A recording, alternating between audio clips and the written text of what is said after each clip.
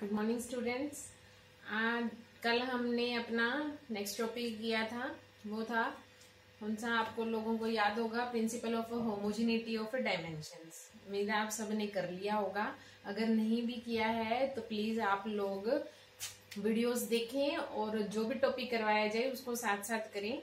और साथ साथ जिन भी स्टूडेंट्स ने मेरा चैनल सब्सक्राइब नहीं किया है तो प्लीज उसको लाइक कीजिए, शेयर कीजिए एंड सब्सक्राइब कीजिए। चलिए, जो नेक्स्ट टॉपिक है हमारा वो करते हैं हम डायमेंशनल इक्वेशन। डायमेंशनल इक्वेशन, देखिए डायमेंशनल इक्वेशन क्या होती है कि अगर कोई भी फिजिकल क्वांटिटी है, अगर उसको इक्वेट करते हैं हम उसके डायमेंशनल फॉर्मूला के साथ, तो वो क्या बन जाती है, डायमेंशनल इक्वेशन। ठीक है, तो जैसे कोई भी फिजिकल क्वांटिटी ली हमने, फोर्स ही ले लो, इसको अगर हमने इक्वेट किया किसके साथ, इसके डायमेंशनल फॉर्मूला के साथ, वो क्या होता है, m1 L1 T-2। ठीक है, तो ये हमारी क्या बन गई, एक डायमेंशनल इक्वेशन। ठीक है, कि किसी भी फिजिकल क्वांटिटी को उसके डायमेंशनल फॉर्मूला के साथ इक्वेट करना क्या कहलाता है, डायमेंशनल इक्वेशन। ठीक है, अब आपके सिलेबस में आती है डायमेंशनल इक्वेशन की कुछ एप्लीकेशंस। इंपॉर्टेंट है दोनों ही एप्लीकेशन, दो है आपके सिलेबस के अंदर, दोनों ही बहुत इंपॉर्टेंट है, दोनों की बहुत अच्छे से करना है आप लोगों ने, क्योंकि जो सेकेंड एप्लीकेशन आती है यहाँ से 8 नंबर का क्वेश्चन भी बना दिया जाता है। ठीक है, 4 नंबर का भी बन सकता है और 8 नंबर का भी क्वेश्चन बन सकता है, इसलिए आप लोगों ने इन दो इक्वेशन को बहुत अच्छे से करना है। Applications of dimensional equation, second last topic है ये हमारी इस यूनिट का, जो फर्स्ट यूनिट हम कर रहे थे उसका। तो दो है आपके सिलेबस में मेन इसकी जो एप्लीकेशंस है डायमेंशनल इक्वेशन की। फर्स्ट जो आती है वो क्या आता है, to check correctness of a physical equation. कोई भी इक्वेशन दी हुई है आपको, उसकी करेक्टनेस को चेक करना, वो होगी एक तो एप्लीकेशन। सेकंड है to convert a physical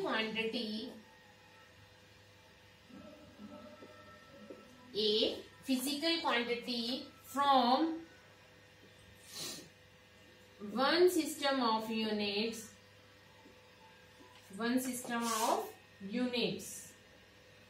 into another system। ठीक है, ये दो मेन एप्लीकेशंस हैं और बहुत इंपॉर्टेंट है, दोनों में से ही क्वेश्चन कवर होता है आपके एग्जाम के अंदर। तो इन दोनों एप्लीकेशंस के एग्जांपल्स करेंगे हम, मैं आपको बताऊंगी कि क्या होता है, इनको बहुत अच्छे से करना है आप लोगों ने। ठीक है, आज हम करेंगे अपने टॉपिक को कौन सा, कि to check the correctness of a physical relation या फिजिकल इक्वेशन, कि उसकी करेक्टनेस को चेक करना। वो फर्स्ट एप्लीकेशन आज करेंगे हम।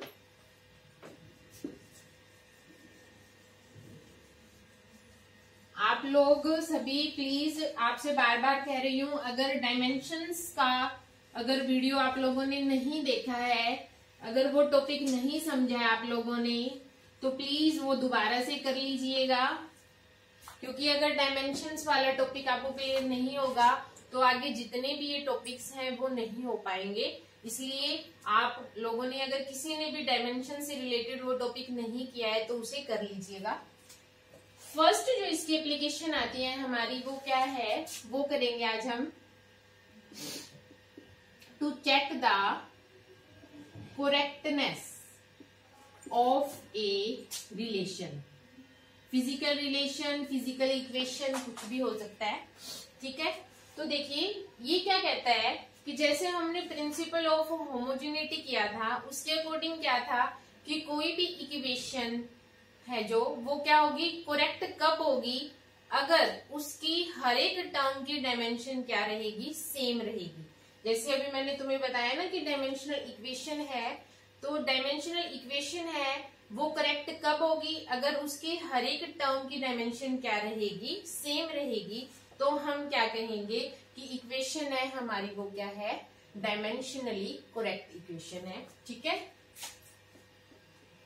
तो जैसे एग्जांपल लेते हैं हम, पेपर के अंदर इसकी स्टेटमेंट नहीं आती है, आपको एग्जांपल दिए जाएंगे, क्वेश्चंस इस तरह से ही आएंगे। देखिए जैसे फर्स्ट एग्जांपल करते हैं, उसका एग्जांपल दिया हमें जैसे to check the correctness of equation, equation दी जैसे हमें v is equal to you plus A T.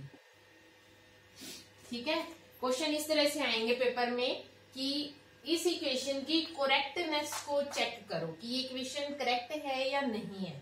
तो करेक्टनेस को चेक करने के लिए क्या करेंगे कि जितनी भी टर्म्स हैं इस इक्वेशन के अंदर, उन सब की हम डायमेंशंस निकाल लेंगे। अगर वो डायमेंशंस सेम है तो हम क्या कहेंगे कि ये इक्वेशन क्या है, हमारी करेक्ट है। अदरवाइज क्या कह देंगे कि वो इक्वेशन क्या है, हमारी इनकरेक्ट है। ठीक है, चलिए इसको करते हैं। वैसे तो जो प्रिंसिपल ऑफ होमोजेनिटी वाला हमने टॉपिक किया था और ये टॉपिक दोनों ही एक दूसरे से रिलेटेड हैं। ठीक है, कि हमने क्या कहा था प्रिंसिपल ऑफ होमोजेनिटी में कि अगर इक्वेशन है उसके अकॉर्डिंग अगर हम कहें तो इक्वेशन क्या होगी, करेक्ट होगी if and only if the dimension of each term of the equation is same. तो उसे हम क्या कहेंगे कि इक्वेशन क्या है, हमारी डायमेंशनली करेक्ट है। तो देखिए ये एग्जांपल है जैसे हमारे पास, इसका सॉल्यूशन करते हैं कि हमारे पेपर में क्वेश्चन आया कि इस इक्वेशन की करेक्टनेस को चेक करो। देखो 4 नंबर का क्वेश्चन भी हो सकता है, 4 मार्क्स का भी आ सकता है, पार्टीशन करके 8 मार्क्स का भी बना सकते हैं। जैसे एक क्वेश्चन के अंदर 2 पार्ट कर दिए। ठीक है, इस तरह से भी क्वेश्चन आ सकता है। इंपॉर्टेंट है, इसको अच्छे से कर लीजिएगा। देखो इक्वेशन है हमारे पास ये v is equal to you plus A T. अब सबसे पहले तो हमें ये पता होना चाहिए कि v क्या है, u क्या है, e क्या है। ठीक है, ये चीजें आपको पता होगी। जैसे v और u दोनों ही क्या है, हमारी वेलोसिटी है। ठीक है, v है फाइनल वेलोसिटी और u क्या है, इनिशियल वेलोसिटी। ठीक है, ये आपको पहले भी बताया था मैंने, क्या है acceleration, and t stands for time. ठीक है, अब क्या करेंगे, हर एक टर्म की डायमेंशन निकाल लेंगे। अगर डायमेंशन सेम है सभी की तो हम क्या कहेंगे कि लेफ्ट हैंड साइड है हमारी राइट हैंड साइड के इक्वल है और इक्वेशन हमारी डायमेंशनली करेक्ट है।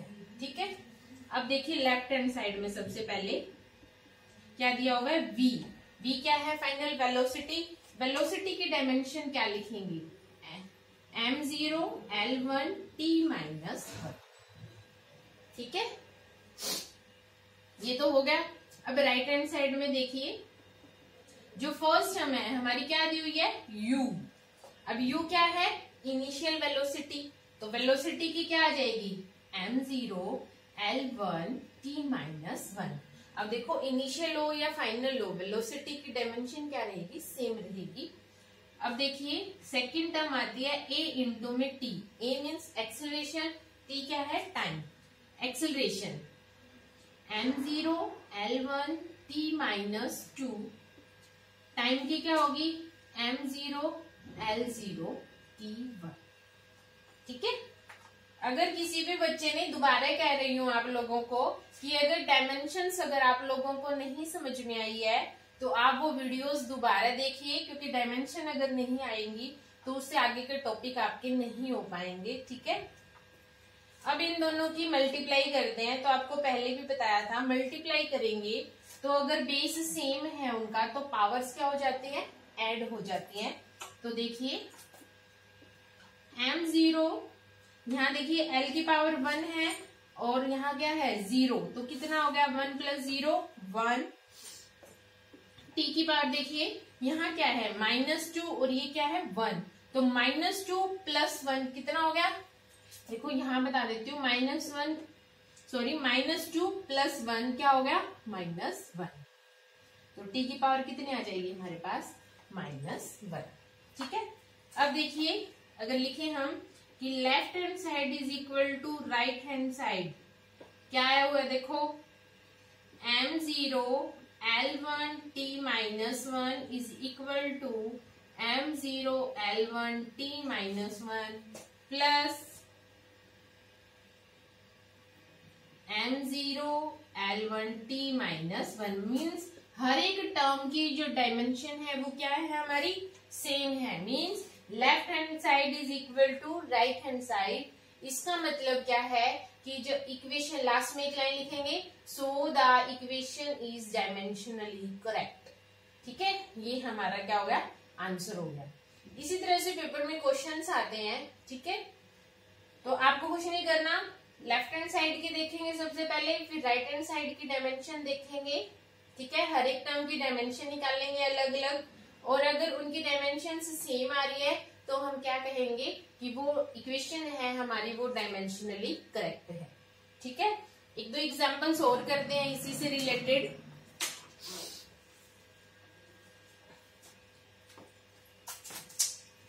सेकंड एग्जांपल बताती हूँ आपको मैं। इस तरह के क्वेश्चंस आते हैं पेपर के अंदर, इसीलिए प्लीज इसको ढंग से कर लेना आप लोग।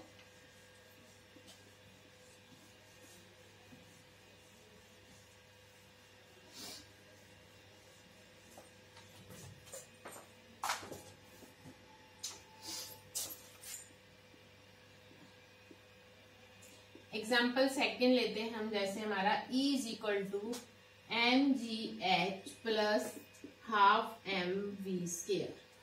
ठीक है, पेपर में क्वेश्चन आया to check the correctness of this equation. ठीक है, तो अब देखिए इसको कैसे करेंगे, सेम वही प्रोसीजर होगा। ठीक है, जो भी आपको बताया। सबसे पहले हम क्या करेंगे, लेफ्ट हैंड साइड लेंगे हमारी। लेफ्ट हैंड साइड में क्या दिया हुआ है E क्या है एनर्जी। एनर्जी की डायमेंशन आप लोगों को पता होगी क्या होती है, m1 L2 t -2।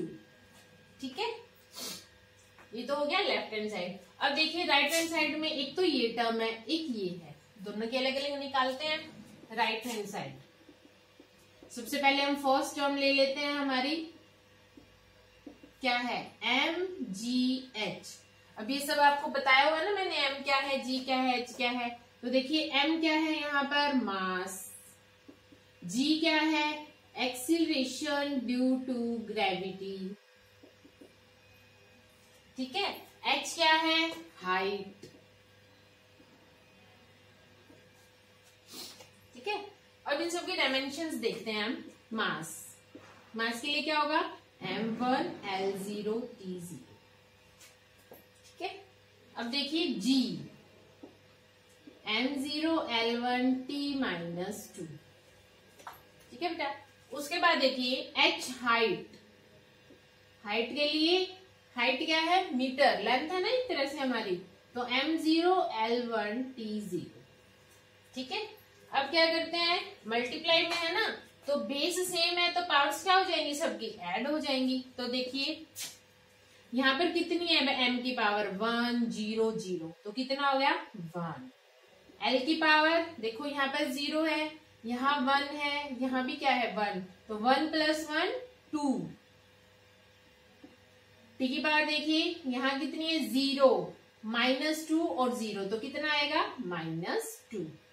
ठीक है, देखो ये दोनों तो अभी तक सेम आ रही है हमारी, क्या है m1 L2 t -2 सेम आ रही है ना। इसके बाद देखिए जो सेकंड टर्म है हमारी, इसकी डायमेंशन देखते हैं हम।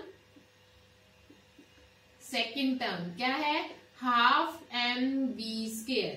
जैसे तुम्हें पहले भी बताया था मैंने, हाफ क्या है कांस्टेंट है, तो इसकी कोई भी यूनिट नहीं होगी, ना ही इसकी डायमेंशन होगी, तो इसको तो छोड़ देंगे हम। m क्या है मास, v क्या है वेलोसिटी, और उसका भी क्या कर रखा है स्केयर। ठीक है, तो इनकी डायमेंशंस लिखो। m की डायमेंशन क्या आ जाएगी m1 L0 T0। ठीक है, अब देखो वेलोसिटी की 2 दे रखी है, इसका मतलब जो उसकी डायमेंशन होगी उसका क्या कर देंगे हम, स्क्वायर। तो देखो मैं डायरेक्ट लिख देती हूँ m0 L2 t माइनस 2। ठीक है, अब इन दोनों को मल्टीप्लाई कर दो, m1 L2 t माइनस 2, ये आ गया हमारे पास। इसका मतलब तीनों सेम है ना, तो क्या लिख देंगे, left hand side is equal to right hand side. ठीक है, और m1 L2 t minus 2 is equal to m1 L2 t minus 2 plus 2t minus 2। So equation is dimensionally correct, इस तरह से लिखेंगे लास्ट में। ठीक है बेटा, ये हो गया। इस तरह के ही क्वेश्चन आते हैं पेपर के अंदर। अब देखो 4 नंबर का क्वेश्चन आ सकता है अच्छे से, और आता ही है पेपर के अंदर। ठीक है, इसी तरह से कोई भी इक्वेशन दे दी जाएगी आप लोगों को, ठीक है, उसकी आपको क्या करना है, करेक्टनेस अगर चेक करनी है तो क्या करोगे, हर एक टर्म की उसकी डायमेंशन लिखोगे, और अगर सेम आ रही है तो क्या लिख देंगे कि इक्वेशन है हमारी वो डायमेंशनली करेक्ट है। ठीक है, समझ में आया। कल आप लोगों को मैंने एक इक्वेशन दी थी, अगर आप लोगों ने की है तो थोड़ा सा उसका फटाफट से बता देती हूँ मैं। ये समझ में आया ना सभी को। कल एक इक्वेशन की थी हमने, अगर आप लोगों ने की है तो देखो, अगर करेक्टनेस वहां पर होमोजेनिटी प्रिंसिपल कहा था आप लोगों को कि चेक करना कि फॉलो हो रहा है या नहीं हो रहा। ठीक है, उसी चीज की हम करेक्टनेस भी चेक कर सकते हैं। इक्वेशन क्या थी आपकी, v cube minus u square is equal to 2as square. ये इक्वेशन दी थी आप लोगों को। इसकी करेक्टनेस भी चेक कर सकते हैं। अगर होमोजेनिटी प्रिंसिपल को अगर ये फॉलो करता है, इसका मतलब इसकी करेक्टनेस भी प्रूव हो जाएगी। दोनों चीजें एक साथ हो सकती है। तो देखिए इस इक्वेशन को कर लेते हैं हम लेफ्ट हैंड साइड। अब देखो यहाँ पर 2 टर्म है। अभी बताया ना आपको कि u क्या है, इनिशियल वेलोसिटी, और v क्या है, फाइनल वेलोसिटी। तो डायमेंशंस तो दोनों की क्या रहेगी, सेम रहेगी। तो देखो यहां से लेफ्ट हैंड साइड लेते हैं v क्यूब। ठीक है,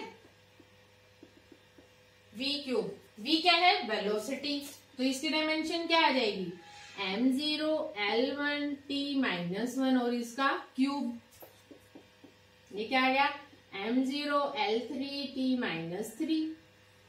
ठीक है, अब सेकेंड टर्म है हमारे पास u स्क्वायर।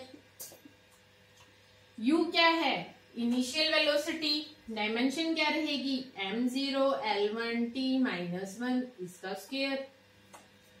ठीक है, अब देखो m0 L2 t माइनस 2, क्योंकि यहाँ पर क्यूब था, यहाँ क्या है, इसका स्क्वायर है, तो ये क्या होगा, देखो दोनों सेम नहीं आ रही है। ठीक है, अब इसकी ओर चेक कर लेते हैं हम,